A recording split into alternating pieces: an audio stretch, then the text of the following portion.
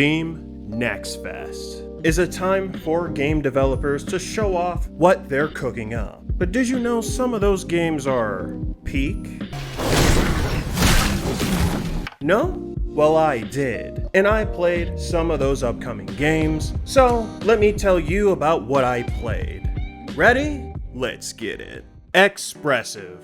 I think that's the perfect adjective to describe The Big Catch. From the character to the UI. The Big Catch is a fishing-themed 3D platformer set in the desert. According to the devs, the game has a lot of inspirations, from Mario Sunshine to The Legend of Zelda Wind Waker to Chibi Robo and Psychonauts. I threw money at the Kickstarter solely from the one trailer, and after playing The Big Catch Tacklebox, I can say that the game is as fun as they made it seem. The gameplay took a bit to get used to, as utilizing the fishing rod was not easy, at least for me. The fishing rod has a fair amount of uses, and when combined with what tackle can do, it's a lot to keep track of, but it's all fun to use. The Big Catch uses momentum with some precision with this platforming. Glimpses of proper control of tackle didn't exactly happen until I got to the island where the giant bird shoots at you. There I learned to conserve momentum as I flung myself all over the place, using the slide kick, which was also important to dodging those shots. As I was dodging everything, I felt that the chicken shoots a little bit too often, but on the other hand, it was thrilling to go through it all, and being able to master the challenge. And I guess I could say that about the other challenges on the different islands as well. I gotta say, I'm pretty happy I backed The Big Catch. And I recommend you try the Tacklebox as well, as you'll get a small taste of what the full game has to offer, and is also canonically a prequel. Bow, Path of the Teal Lotus is a Metroidvania with inspiration coming from Hollow Knight. The main gameplay mechanic from Bow that I got drawn to was heat. When you engage in aerial combat, your tea kettle will boil. In this boiling state, the summon that you have equipped will get stronger. The devs want you to be in the air as often as possible, dealing damage. When done correctly, I found it to be extremely satisfying to pull off, but that didn't quite happen all the time. Should I play the full game, I'll make sure I get better at it. I also found the non-combat challenges to be fun as well, at least from what I experienced in the demo. I definitely enjoyed looking at the art style the game has, along with the character designs as well. I'm pretty excited to see what designs they bring to the table in Bow's world, along with how they will expand on the combat as well.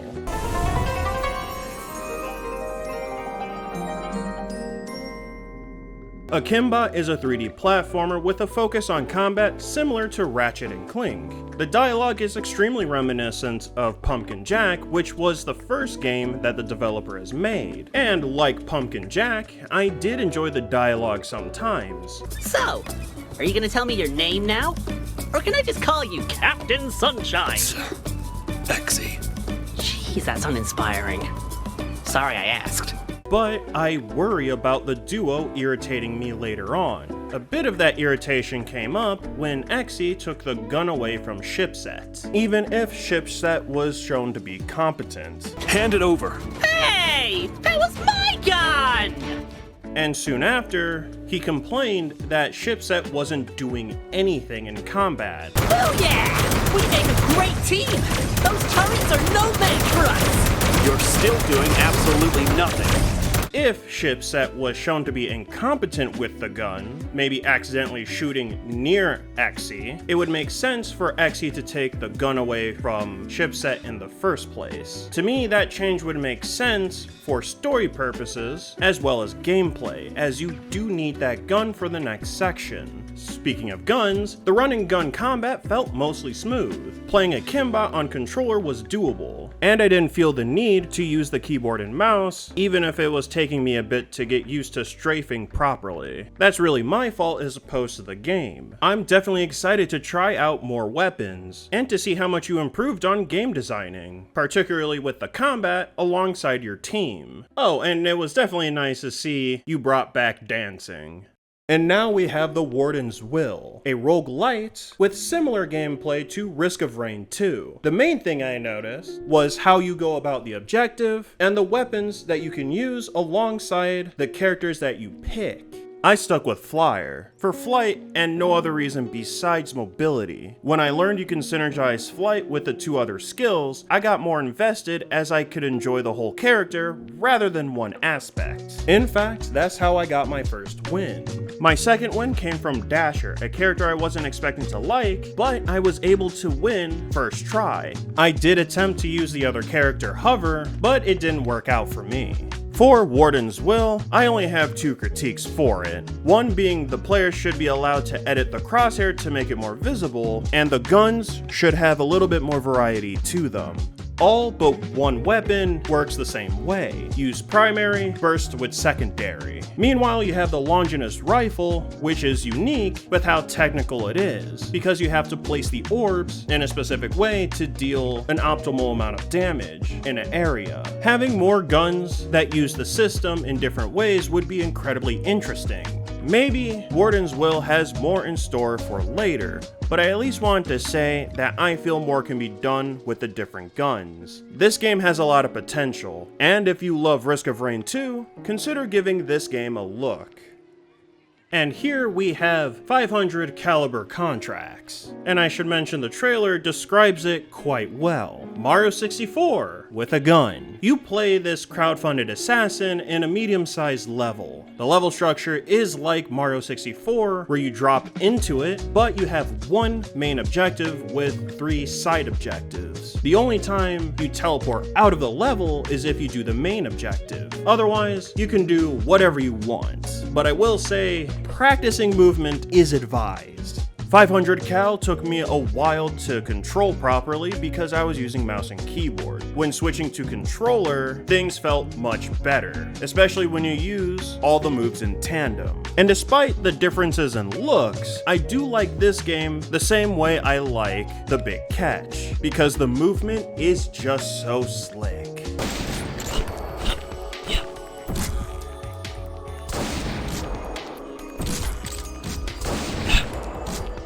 Now getting to a little spooky game, we have Hollowbody. This game will scratch that classic survival horror itch if you're looking for that. The inspiration leaned towards Silent Hill 2 and 3, Kuon, and Rule of Rose. Hollowbody has a wonderful atmosphere, and these PS2-esque graphics look great too.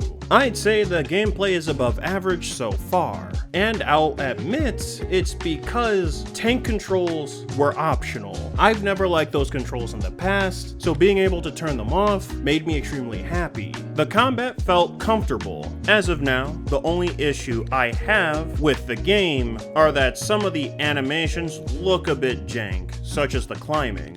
But otherwise, Hollowbody is really shaping up to be a spooky game people must play.